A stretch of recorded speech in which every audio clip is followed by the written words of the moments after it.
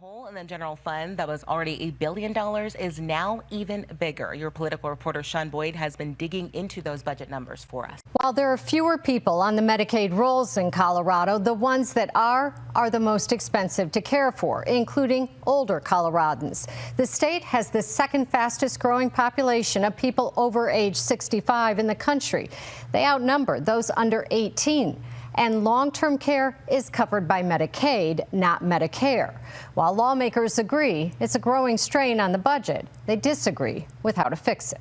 Joint Budget Committee received a sobering message from the state's chief economist, who warned the lawmakers will need to transfer up to $1 billion from the state's reserve or rainy day fund to cover expenses. And if there's even a mild recession, it will drain the reserve. The message is we are on an unsustainable path with our budget if we don't change our spending habits. Senator Barb Kirkmeyer, one of 6 budget writers, says lawmakers have simply overspent, pointing out the state has added more than 7,000 full-time employees in the last 6 years alone. But the biggest budget driver is Medicaid, which makes up a third of the general fund and which has ballooned by nearly $600 million in the last year, due largely to utilization by older Coloradans and people with disabilities, who make up only 9% of the Medicaid population, but account for 50% of the costs. Where are we going to cut?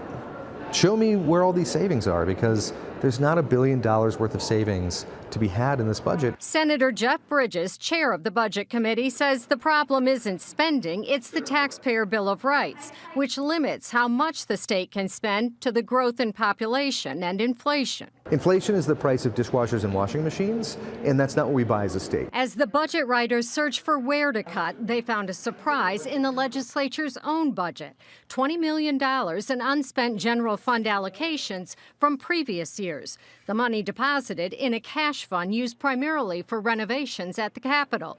There are nearly 1,000 funds like this in various departments throughout the state. So what we need to do is sunset the cash funds, fund them for a half year, and tell each of those departments to come back to us and say, what's in those cash funds? What are those cash funds used for? What's the fund balance? How much are we spending it? Where did it come from? Is it fee-generated revenue? Did we transfer general fund into there? The legislature's cash fund was approved by lawmakers more than a decade ago. Speaker Julie McCluskey told me they're planning to return more than $4 million to the general fund and have cut the legislature's overall budget by 5%, including eliminating all interim committees this year. Kirkmeyer says she'd like to see all of the money returned, but McCluskey says they need it to move lawmakers' offices into the Capitol. Many are in other buildings right now that she says aren't as easily accessible to the public. They are also moving 200 legislative staff from the Capitol to another building that needs big renovations, including an estimated $4 million in furniture alone. McCluskey says that's on the high end, and she expects the final figure to be lower. Sean Boyd, covering Colorado First.